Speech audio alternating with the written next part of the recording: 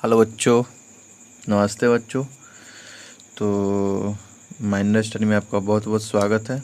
और अगर इस चैनल को सब्सक्राइब नहीं किए हैं तो सब्सक्राइब कर ले और शेयर करें और लाइक करें अगर ये आपको पसंद आया हो ये लेक्चर तो।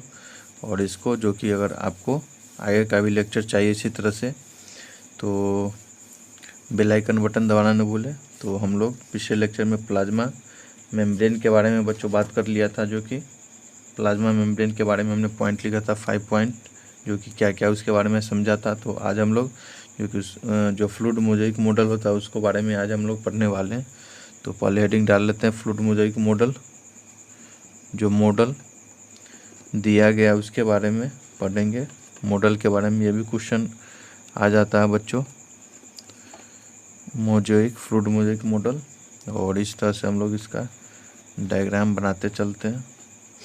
तो ये हमारा ये वाला इंट्रिंसिक प्रोटीन बोलते हैं, ये इस तरह से हो जाएगा।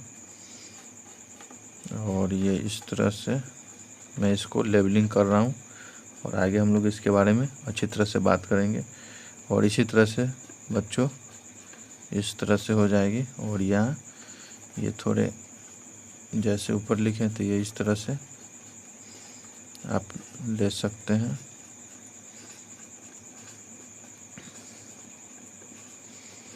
ये इस तरह से हो जाएगी। तो यहाँ पे जो कि ये बीच बीच में हमारा जो मैं दूसरे कलर से जैसे ये यहाँ पे इस तरह से अटैच होगा, जो कि एक्सट्रिंसिक प्रोटीन बोला जाएगा। और यहाँ पे इस तरह से जो कि नीचे इंट्रिंसिक प्रोटीन रहता है। और जो कि ये पास करेगा, ये जैसे इधर आएगा तो ये दोनों ये इस तरह से जो इस तरह का कुछ दिखेगा इसका। और बीच में भी यहाँ पे जैसे मैं तो ये हो गया। तो ये हमारा जो कि एक्सट्रिंसिक, इसको हम लोग एक्सट्रिंसिक एक्सट्रिंसिक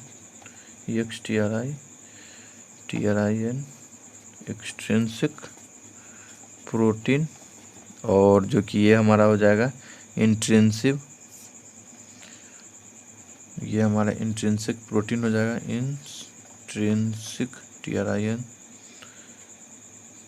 इंट्रिंसिक प्रोटीन ये हो गया।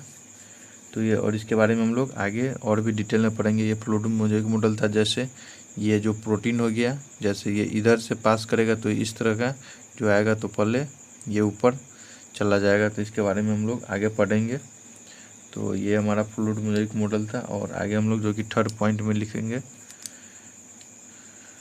जो कि थर्ड पॉइंट हम लिख सकते हैं इसमें जैसे इसमें the protoplasm of the cell, जो कि हमारा प्रोटोप्लाज्म का जो सेल होता है वो डिसाइड करता है, क्या डिवाइड करता है 2 पार्ट्स में इनटू 2 पार्ट्स। ये डिसाइड करता है 2 पार्ट्स में। और जो कि फर्स्ट इसमें हो जाएगा ये जो हमारा इसको बोलते हैं ये जो प्रोटोप्लाज्म हो गया ऑफ द सेल, ये प्रोटोप्लाज्म हो गया। ये क्या ये डिवाइड करता है 2 पार्ट में। और जो कि इसमें फर्स्ट पार्ट हम लोग लिख लेंगे, जो 2 पार्ट हो गया। तो जो कि फर्स्ट होता है साइटोप्लाज्म हो जाएगा, साइटोप्लाज्म। तो इसमें हम लोग साइटोप्लाज्म ये लिख लेते हैं, इसको क्या बोलते हैं तो लिखेंगे द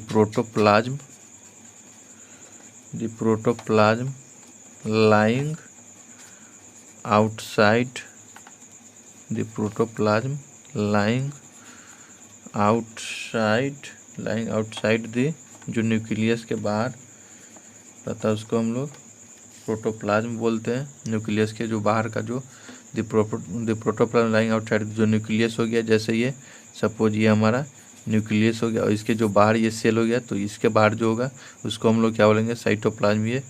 ये वाला हो गया हमारा साइटोप्लाज्म। तो ये लिखा हुआ द प्रोटोप्लाज्म, जो प्रोटोप्लाज्म जो होगा जो कि न्यूक्लियस के बाहर होगा उसको हम लोग, ये न्यूक्लियस है NUCLE न्यूक्लियस, तो उसको हम लोग साइटोप्लाज्म बोलेंगे। और जो कि सेकेंड हो जाएगा हमारा न्यूक्लियोप्लाज्म, किसे बोलेंगे न्यूक्लियोप्लाज्म। तो न्यूक्लियोप्लाज्म हम लोग लिख सकते हैं जैसे दी प्रोटोप्लाज्म, जो प्रोटोप्लाज्म होता है वो lying inside the nucleus NaCl। तो हमने देखा था, जैसे मैं डायग्राम से बता दूं, जैसे ये हमारा सेल हो गया और इसके अंदर ये हमारा क्योंकि न्यूक्लियस हो गया, ऐसे ऐसे क्योंकि थ्रेड लाइक स्ट्रक्चर न्यूक्लियस में इस तरह से होता है। हम आगे एकदम डिटेल में पढ़ेंगे आगे बच्चों। तो ये हमारा ये तो लिखा हुआ है साइटोप्लाज्म किसको बोलेंगे, तो दी प्रोटोप्लाज्म। जो प्रोटोप्लाज्म होता है वो जो कि न्यूक्लियस के बाहर, जैसे ये सब है बाहर, जिसको हम लोग क्या नाम दे देंगे, इसको साइटोप्लाज्म। और यहाँ लिखा है न्यूक्लियोप्लाज्म। दी प्रोटोप्लाज्म जो कि लाइंग इनसाइड दी, जो न्यूक्लियस के अंदर रहता है, उसको हम लोग यहाँ पे न्यूक्लियोप्लाज्म दिए हैं। तो ये हमारा हो जाएगा न्यूक्लियोप्लाज्म ये, और ये हमारा एक सेल हो गया। तो यहाँ तक हमने देख लिया, और आगे हम लोग जो कि cell inclusion of the cytoplasm के बारे में बात करेंगे। तो आगे हम लोग लिखते हैं बच्चों। तो बच्चों नॉलेज के लिए मैं बता दूं, जो कि बीच में मैं थोड़ा अस्वस्थ हो गया था बच्चों, इसलिए मैं बीच में नहीं आ पाया, और मैं कोशिश करूंगा कि आप लोग को समय से जो लेक्चर मिल जाए, लेकिन बीच में थोड़ी मेरी तबीयत अस्वस्थ हो गई थी, इसलिए थोड़ी बीच में थोड़ा गैप हो गया बच्चों। तो अगले बार से कोशिश करूंगा कि कोई गैप नहीं हो, और बीच में थोड़ा मेरा अपना कुछ पर्सनल काम था। तो अब हम लोग काम की बात करते हैं, जो कि हम लोग बात कर रहे थे जो cell inclusion of the cytoplasm के बारे में बात करना है। सेल, तो हम लोग अगला हेडिंग डालेंगे बच्चों, जो कि cell inclusion of the cytoplasm. तो अगला हेडिंग डाल लीजिए और इसके बारे में हम लोग देखेंगे। तो यहाँ पे जो कि cell inclusions of the cytoplasm,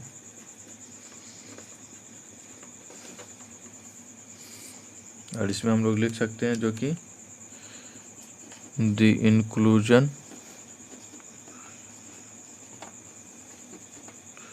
inclusions of the cytoplasm, the inclusions of the cytoplasm can be divided into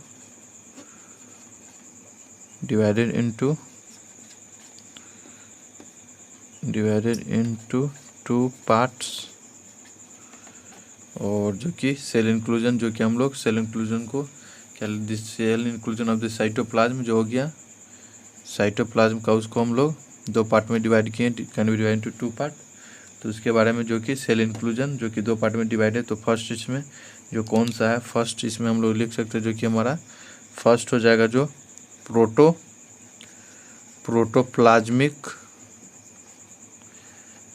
protoplasmic ऑर्गेनलेस, और जिसको हम लोग ऑर्गेनोइड्स भी बोलते हैं।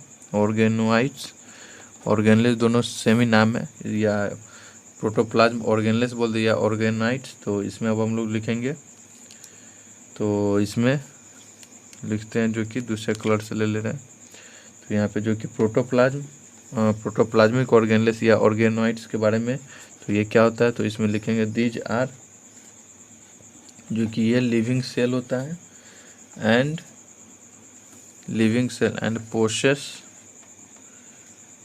पोसेस जो कि क्या पोसेस करता है, जो कि पावर ऑफ ग्रोथ इसमें पाया जाता है। ये इसमें जो कि पावर ऑफ ग्रोथ का क्षमता होता है, और जो कि रिपेयर करने का, एंड जो कि इसमें जो डिवीजन करता है सेल का, ये भी इसमें क्षमता होता है, तो डिवीजन। और आगे जो कि लिखेंगे इसमें ये फर्स्ट पॉइंट, और सेकेंड इसमें हम लोग लिख सकते हैं जो कि जैसे ग्रोथ, रिपेयर एंड डिवीजन हो गया। तो आगे इसमें हम लोग, तो दीज आर सेंट्रोसोम, ये सेंट्रोसोम हो गया, इंडोप्लाज्मिक